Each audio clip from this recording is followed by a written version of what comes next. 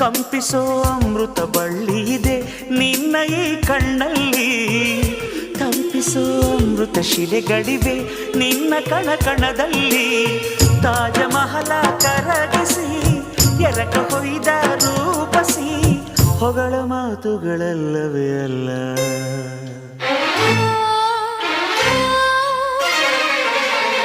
ನಿನ್ನ ವಿನಃ ಏನಿಲ್ಲ, ಪುನಃ ಪುನಃ ಕೇಳಿದ